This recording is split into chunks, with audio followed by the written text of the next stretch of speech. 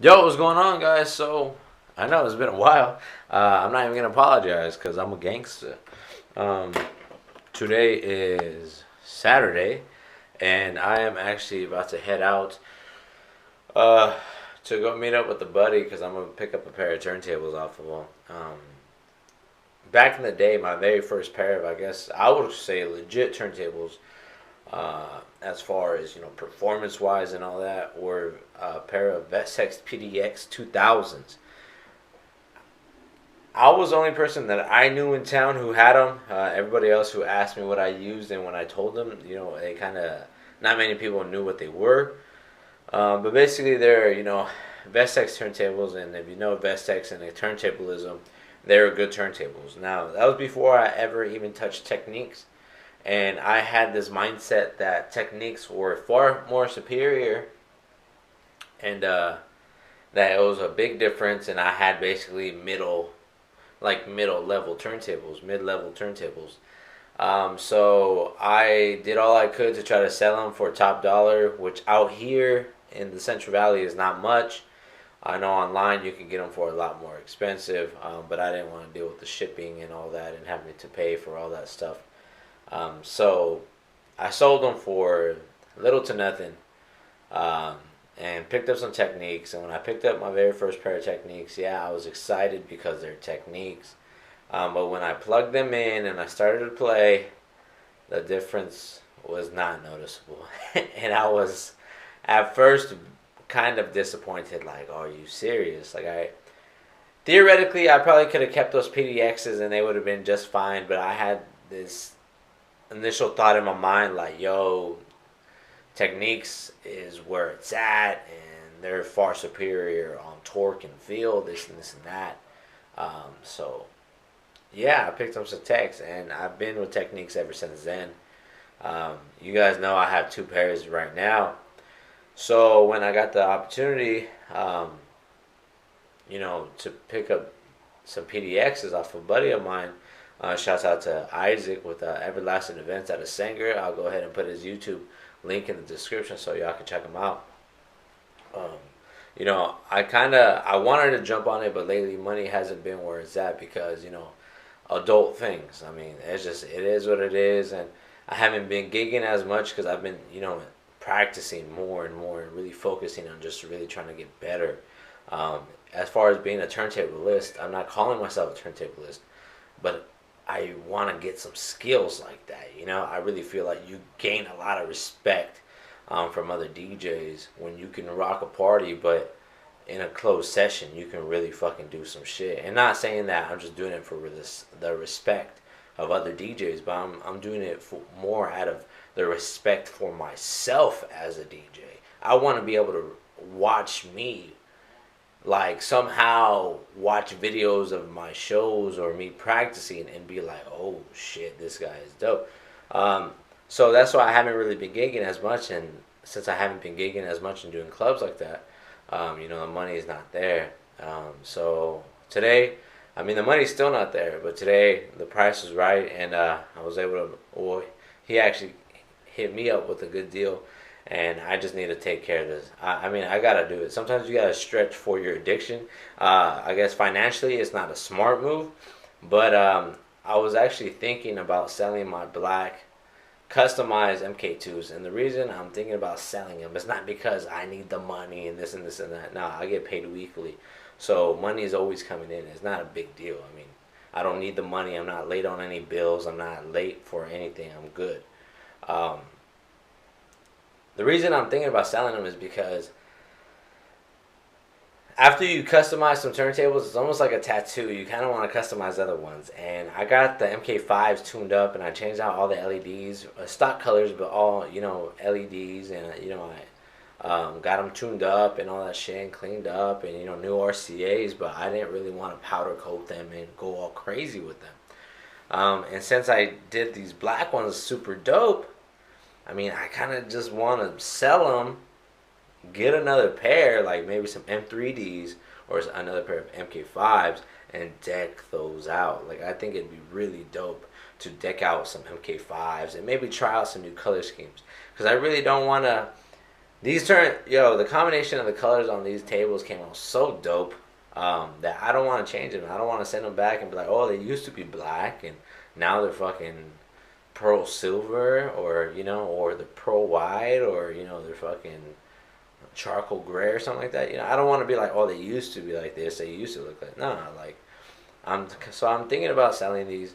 I'm not sure yet. I kind of don't want to sell them here locally, only because out here where I'm at, when it comes to like the value is just different out here. I mean, things go for cheaper out here, and people aren't willing to pay what something is actually worth. Not saying I'm going to sell these at their worth. Of course, when you're selling something, you got to knock down the value or the price a little bit. But out here, people are just not willing to do that. So, yeah, let me know if somebody would want to buy them. I'm still on the fence about buying them, but I mean, if the number is right, I have a number in my head that if somebody hit me up today with, I would probably let go. Yo, what's up, guys? So, it's Sunday now. Yesterday was a crazy day. Kinda, not really though. It was mostly a lazy day. Yesterday was just a lazy day. I mean, I procrastinated for the most part. I didn't get a chance to pull out my camera when I went to go pick up the decks because this seems to. I'm sorry if I'm like moving the fucking camera around all crazy and shit. I don't have like my adapter for the big tripod. I lost it. I don't think I lost it. I don't know what the fuck happened to it. So anyways, I didn't get any like footage of my homie Isaac, only because like, and this always happens, I start talking about that DJ shit, man, and I just forget. I mean, people were blowing up my phone. I wasn't calling nobody. I wasn't texting nobody. I was like, nah, like, I'm chilling. I'm talking about this DJ stuff. I'm having good conversations. So, shouts out to Isaac, though. He gave me a hell of a deal on these turntables. So if you guys have never seen Vestax PDX 2000s before, I'm going to show them to you in a bit.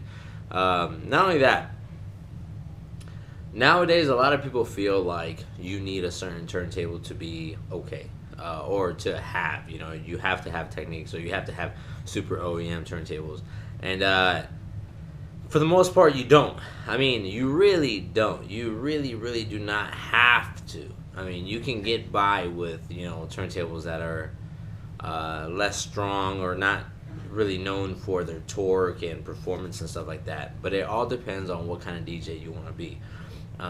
Now, if you're really trying to cut it up and you would like to have that option and, to learn how to like scratch and really get into it, and you don't want to be held back by a turntable that could hinder your learning experience, then I definitely recommend going out and getting yourself a stronger turntable. That being said, it does not have to be a Technique.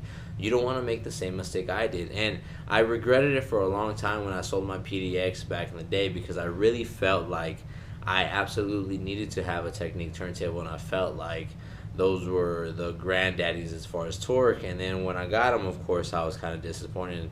That being said, I probably still would have ended up buying Techniques just because I really like how they look. I'm a fan of just a simple style and the classic styles. But if I would have kept my PDXs, I would have probably still had them to this day, and I would have still been using them like a workhorse.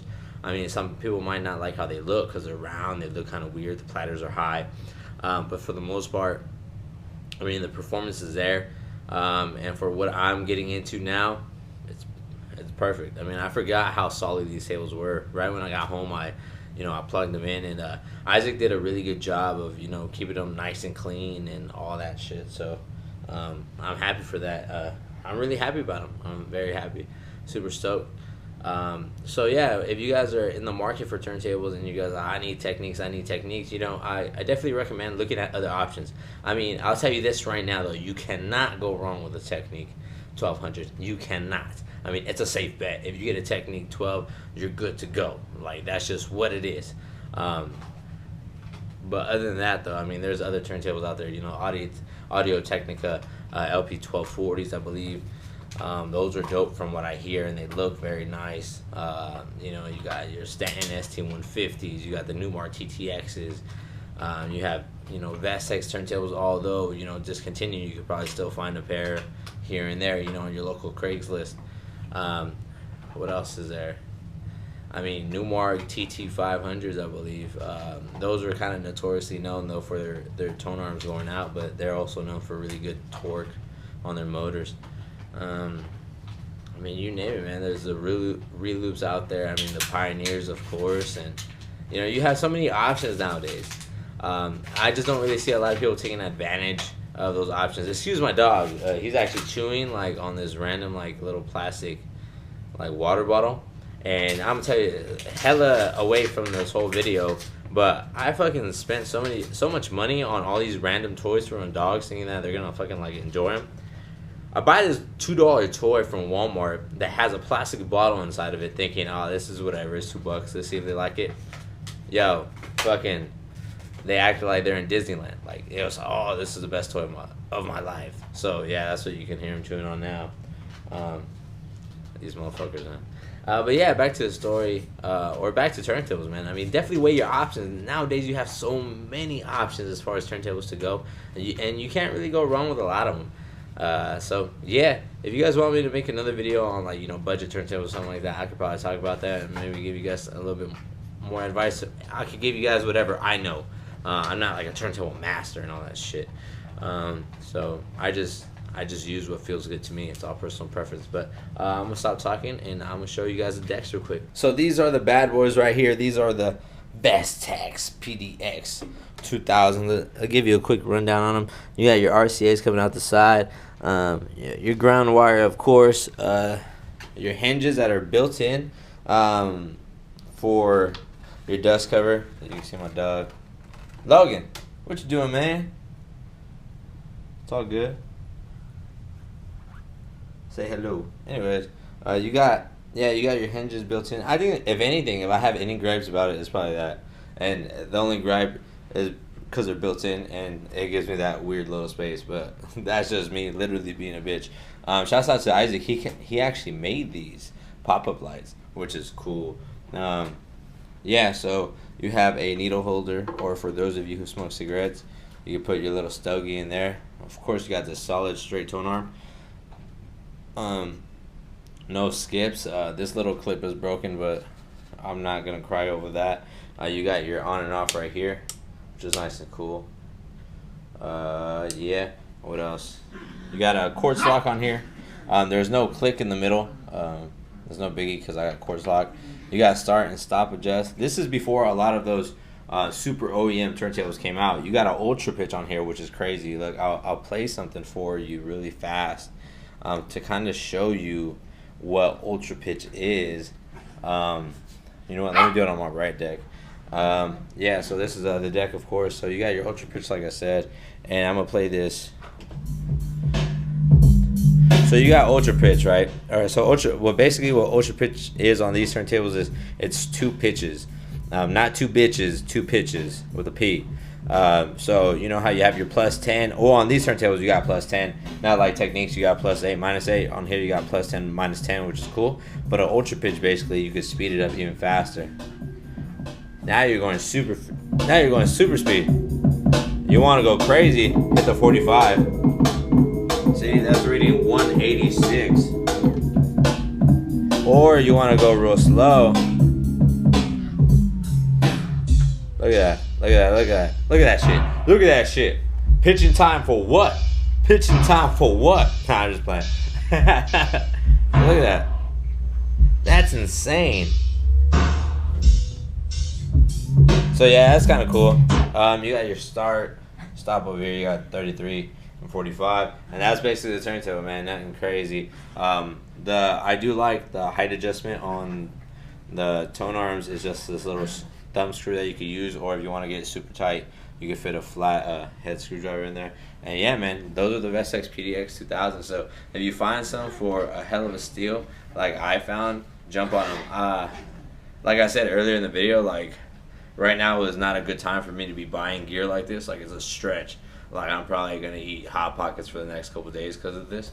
But I mean, I would have been kicking myself in the ass if I wouldn't have got them. These are gonna become my new show tables. So for all the shows I'm doing, I'm gonna take them out. I'm gonna beat them up. I'm gonna do all that shit to them. But I mean, I like them. So stay tuned. I'll probably post up a scratch video in a bit. Get down a little bit. Know what I'm saying? And I'll see y'all on the next one. Peace. Andy Mac, motherfucker.